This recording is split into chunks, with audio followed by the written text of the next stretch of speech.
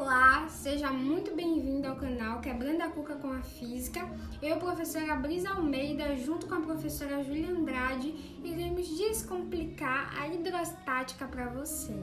Primeiro, hidro vem de água, estática vem de algo parado, em repouso. Então, seria água em repouso. Na verdade, a hidrostática ela estuda os líquidos em repouso e estende isso também aos gases. Por isso, costumamos dizer que a hidrostática estuda os fluidos em repouso. Bom, entendemos como fluidos as substâncias capazes de assumir o formato de seu recipiente, mudando sua forma sob a ação de alguma força externa. O teorema de Steve é a lei fundamental da hidrostática, a qual relaciona a variação das pressões atmosféricas e dos líquidos.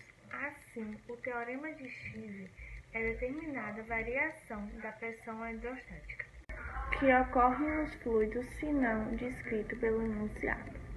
O postulado criado pelo físico e matemático Simon Steve contribuiu demasiado para o avanço dos estudos da hidrostática, tendo em vista que Simon precisava criar uma teoria que explicasse sobre o deslocamento do corpo nos fluidos.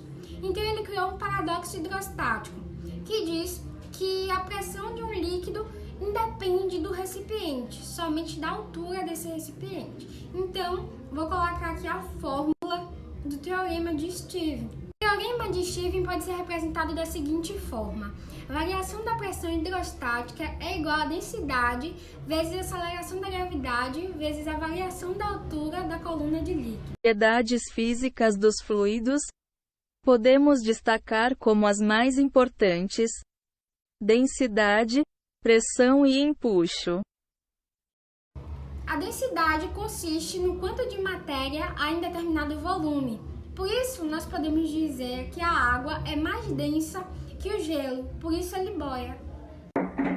A pressão hidrostática ela mede a força por unidade de área, que um fluido em repouso é capaz de exercer contra uma superfície. Quanto maior for a profundidade de um corpo imerso em um fluido, maior será a pressão exercida sobre. O impulso, por sua vez, é a força que todo fluido exerce sobre os corpos neles imersos. A força de impulso é responsável por expelir as bolhas de gás. A força de um impulso é descrita pelo teorema de Arquimedes e sua unidade de Newton. O teorema de Arquimedes, experiência do grande físico e matemático Arquimedes de Siracusa, diz que a partir da gravidade específica pode-se calcular o valor da força vertical e para cima, força de empuxo, que diz que um corpo é mais leve no interior de um fluido. Fórmula do teorema de Arquimedes.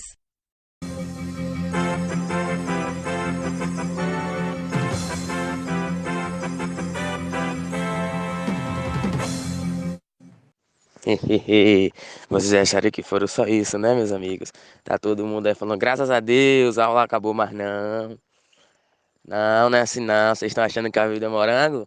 Agora vai ter atividade para testar o conhecimento de vocês. Ao toque de 4 já vai. Atenção, Cranzebeck! Ao top de 4 já vai! Já vai!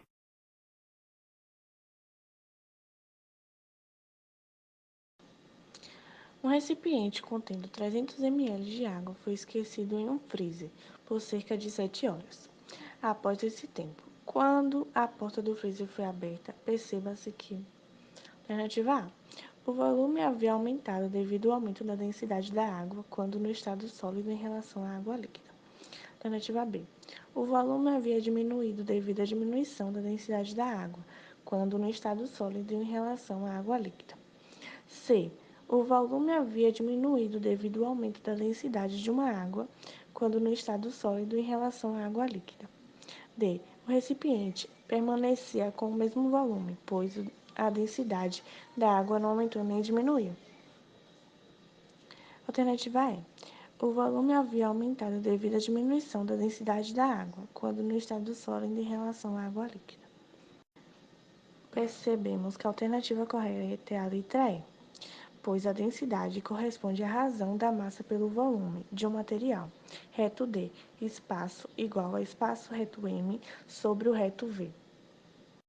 Quando resfriamos a água até o seu ponto de congelamento, sua densidade diminui, fazendo com que o volume aumente, já que essas grandezas são inversamente proporcionais. No estado líquido, as moléculas de água estão mais dispersas. Quando ela passa para o estado sólido, as moléculas apresentam maior rigidez, e as ligações de hidrogênio entre os átomos das moléculas provocam o surgimento de espaços vazios, aumentando o volume e, consequentemente, diminuindo a densidade. Segunda alternativa, um prego é colocado entre dois dedos que produzem a mesma força, de modo que a ponta do prego é pressionada por um dedo e a cabeça do prego pela outra.